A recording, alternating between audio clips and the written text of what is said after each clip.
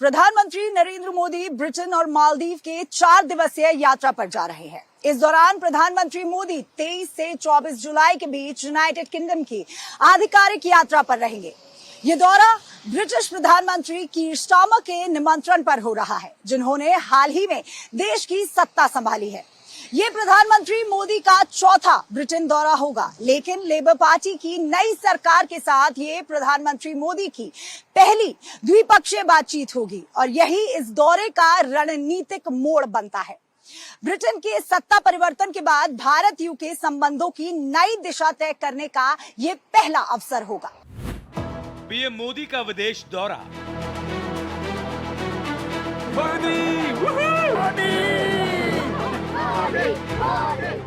दोस्ती में होगा नया सवेरा।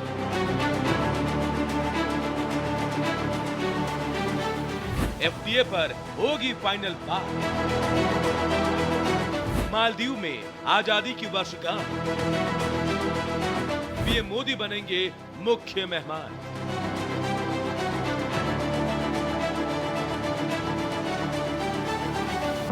प्रधानमंत्री मोदी की यूके दौरे के दौरान भारत और ब्रिटेन के बीच 2021 से जारी व्यापक रणनीतिक साझेदारी यानी सीएसपी की समीक्षा की जाएगी। दोनों देशों के बीच मुक्त व्यापार समझौता यानी एफटीए पर अटकी बातचीत को आगे बढ़ाने की भी कोशिश हो सकती है, जिसे लेकर पिछली सरकार और भारत के बीच कई दौर की वार्ताएं हो चुकी हैं। साथ ही इस दौरान प्रधानमंत्री मोदी और प्रधानमंत्री स्टारमर के बीच व्यापक मुद्दों पर चर्चा होगी, जिसमें द्विपक्षीय व्यापार, निवेश, टेक्नोलॉजी और आर्टिफिशियल इंटेलिजेंस भी शामिल है। वहीं प्रधानमंत्री नरेंद्र मोदी की चार्ल्स तृतीय से शिष्टाचार भेंट भी इस दौरे में शामिल है, जिससे राजनयिक संबंधों की परंपरागत मजबूती को भी बल मिलेगा।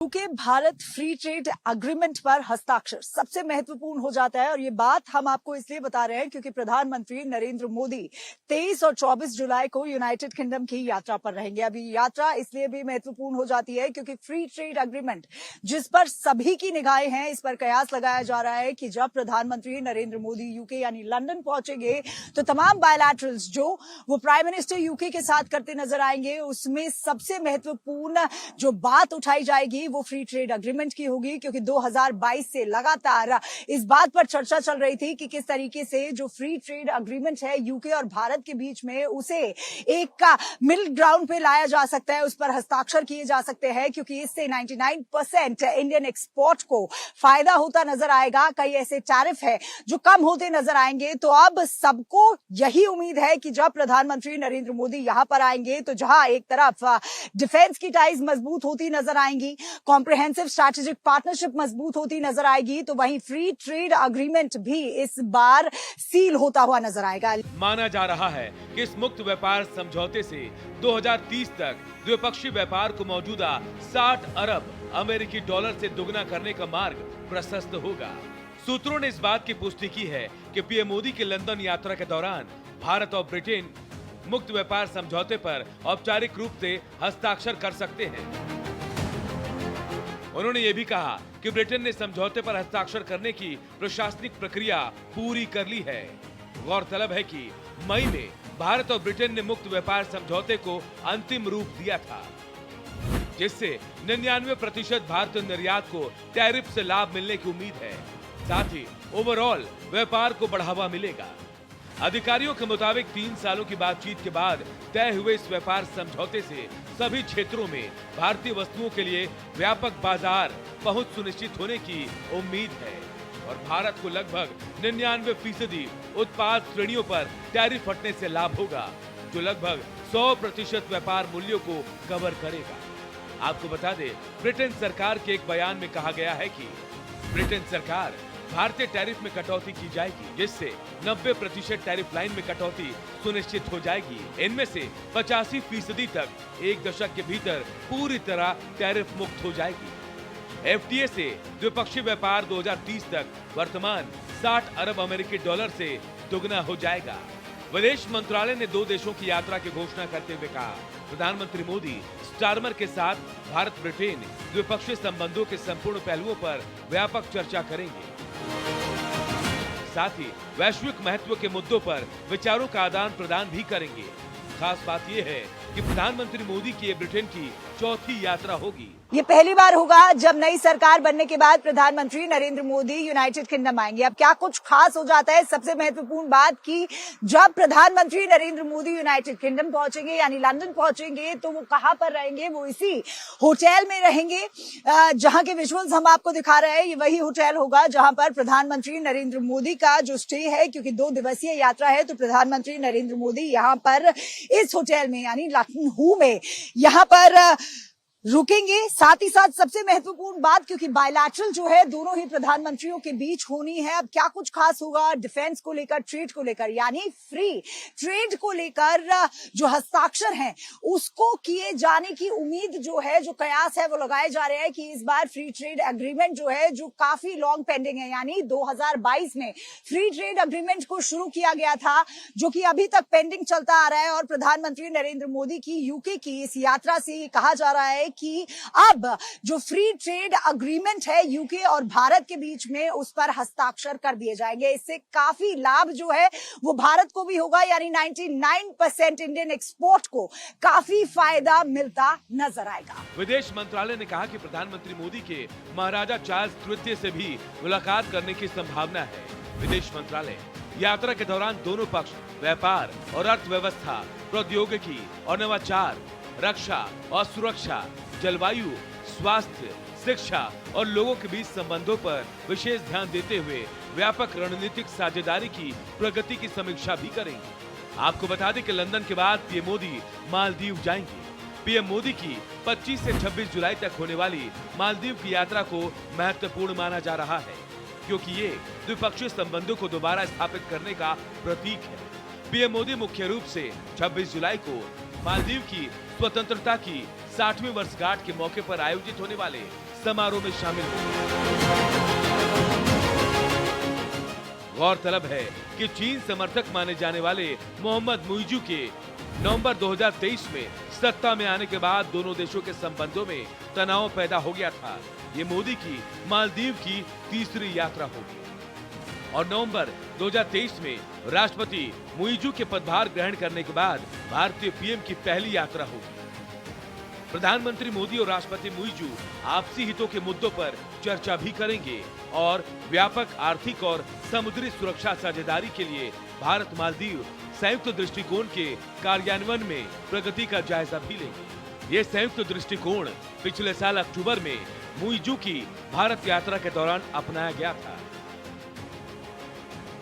विदेश मंत्रालय ने कहा है कि यह यात्रा भारत की तरफ से अपने समुद्री पड़ोसी मालदीव को दिए जाने वाले महत्व को दर्शाती है, जो भारत की पड़ोस प्रथम नीति और विजन महासागर में एक विशेष स्थान रखता है। भारतीय विदेश मंत्रालय के मुताबिक पीएम मोदी की मालदीव यात्रा दोनों पक्षों के लिए घनिष्ठ द्विपक्षीय संबंधों को गहरा और मजबूत करने का बड़ा मौका है। Bureau report, Bharat express.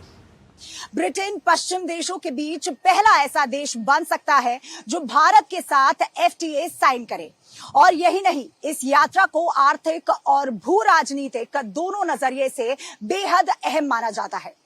ये दौरा केवल एक औपचारिक मुलाकात नहीं, बल्कि एक टेस्ट केस है कि भारत और ब्रिटेन बदलती वैश्विक राजनीति में किस तरह एक दूसरे को प्राथमिकता देते हैं। मोदी सरकार की लुक वेस्ट नीति और ब्रिटेन की वैश्विक ब्रिटेन नीति दोनों को इस यात्रा से नया प्रोत्साहन मिल सकता है। लंदन से सीधे प्रधानमंत्री नरेंद्र मोदी 25 जुलाई को मालदीव्स रवाना होंगे, जो इस बार की यात्रा का दूसरा अहम पड़ाव होगा।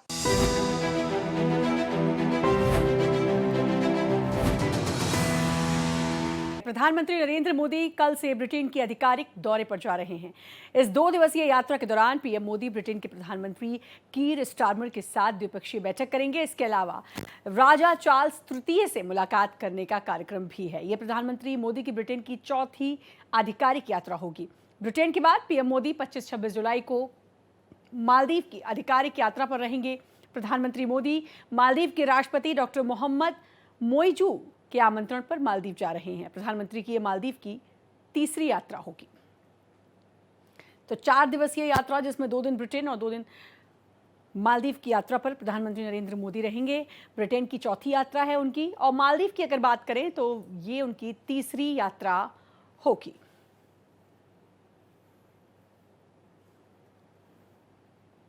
तो कई अहम मुद्दों पर भी बातचीत इस यात्रा में संभव है। 4 दिवसीय यात्रा प्रधानमंत्री नरेंद्र मोदी की, और कल वो ब्रिटेन के दौरे पर रवाना होंगे। प्रधानमंत्री मोदी कल से ब्रिटेन के दौरे पर रवाना होंगे। भारत एक्सप्रेस संवाददाता महिमा कटारिया आपको पीएम मोदी के दौरे से जुड़ी पल पल की हर खबर से अपडेट करेंगी। ब्रिटेन में भारत के राजदूत विक्रम दोराईस्वामी से भारत एक्सप्रेस संवाददाता महिमा कटारिया ने खास बातचीत की। प्रधानमंत्री नरेंद्र मोदी 2 दिवसीय यूनाइटेड किंगडम की यात्रा पर रहेंगे। हमारे साथ खास बातचीत करने के लिए हाई कमिश्नर विक्रम जी मौजूद हैं। क्या कुछ प्रिपरेशंस है प्राइम मिनिस्टर के इस विजिट को लेकर? प्रिपरेशंस जो हैं, प्राइम मिनिस्ट्रियल विजिट हमारे लिए this is the most important piece of any high commissioners, any ambassadors tenure, to have हमारे सीनियर मोस्ट लीडरशिप यहाँ पे आए, यहाँ पे पधारे। तो हमारे लिए सबसे ज्यादा बिजी पीरियड होता है, but also the most enjoyable period.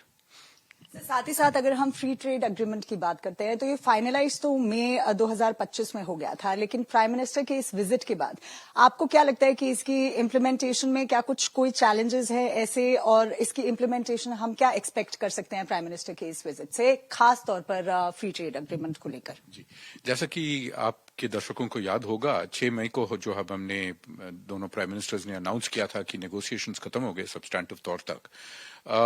उसके बाद जो होता है ऐसे एग्रीमेंट्स में उसकी लीगल स्क्रबिंग जो कहते हैं, मतलब उसकी पूरी सारे लाइन बाय लाइन उसकी सहमति होती है कि सारे जो अंडरस्टैंडिंग्स रीच हुए हैं नेगोशिएशन के दौरान, और ये लंबा नेगोशिएशन चला है 3 साल से थोड़ा ज्यादा, तो वो क्या ठीक से लीगल लैंग्वेज में कानूनी तौर से करेक्टली रिफ्लेक्टेड हैं।